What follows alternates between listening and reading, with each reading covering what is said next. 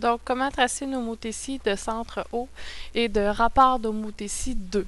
Donc, on sait que le rapport d'homothétie 2 parce qu'il est dans la question. Donc, la première étape qu'on a à faire pour tracer une homothétie de sens 0 et de rapport 2, c'est de tracer les lignes pointillées qui passent par chaque sommet et qui passent par mon centre d'homothétie O. Donc, je vais tracer ici.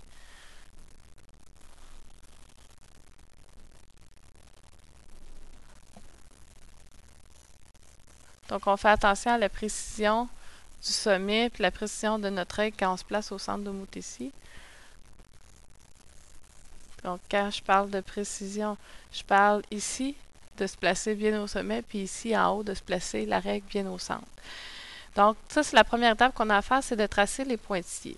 La deuxième étape qu'on va avoir à faire, c'est de mesurer chaque segment du centre d'homothétie O à chaque sommet de ma figure initiale. Donc, si je mesure ici pour chacun, donc pour le premier, j'obtiens 5,2 cm et j'inscris les mesures sur mon dessin. Donc, 5,2 cm. Pour le deuxième, j'obtiens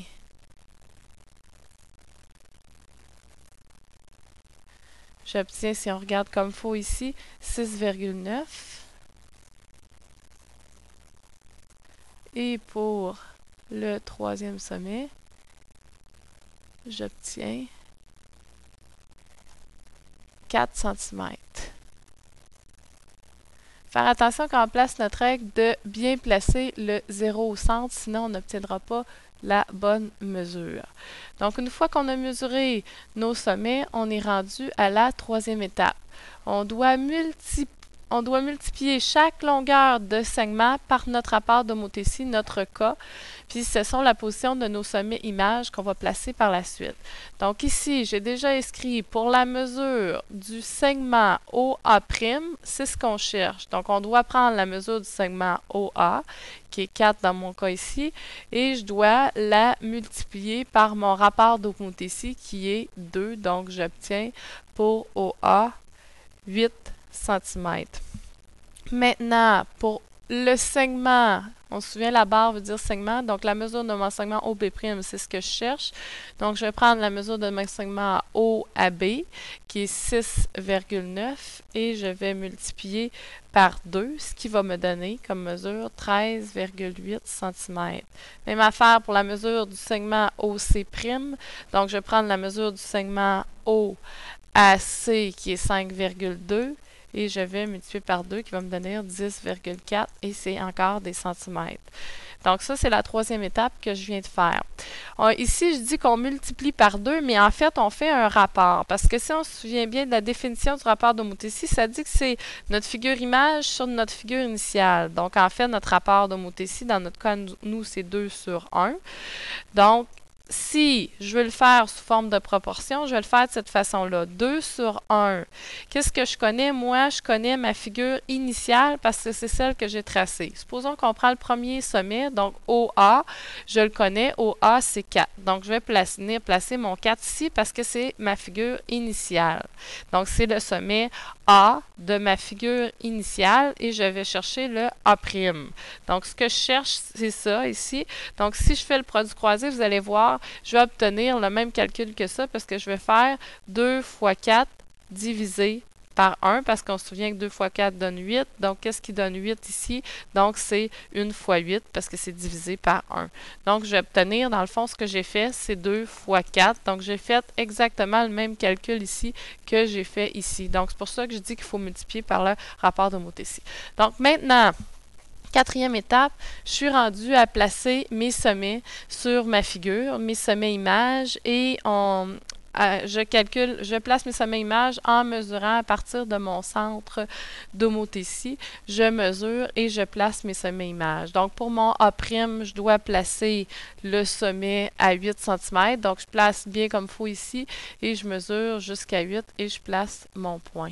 Je vais faire la même chose avec les autres sommets. Donc, pour le B, maintenant, je dois mesurer 13,8. Donc, je suis à 13 ici, 0,8, je suis rendu ici. Et pour le dernier ici, je dois mesurer pour le C, on peut voir le calcul ici, 10,4. Donc, je dois me placer ici. Donc, c'est important de nommer après. Donc, on revient renommer. Donc, ici, j'ai mon A'. Ici, j'ai mon B'. Puis ici, j'ai mon C'. Donc, dernière étape, on relie les nouveaux sommets pour former la figure image. Donc, on va relier ensemble nos sommets pour former notre image. Donc, je me place ici comme ça. Je relie.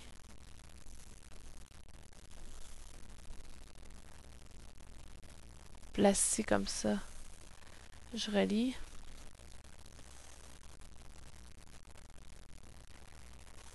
Pour former mon triangle image.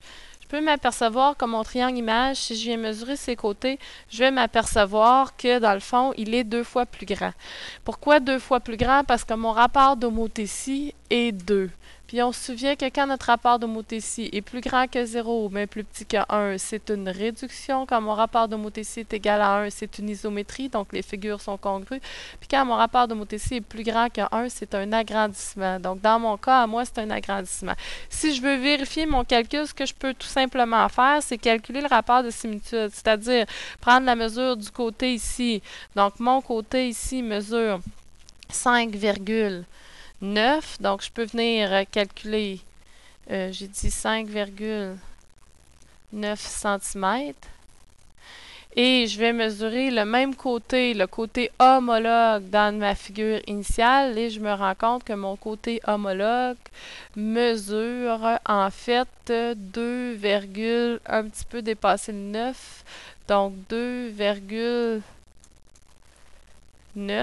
Puis ici, c'est-tu 5,8 ou 5,9? C'est plus 5,8. Donc, j'obtiens 2 fois plus grand. Si je fais 2,9 fois 2, je vais obtenir le côté ici qui est de 5,8.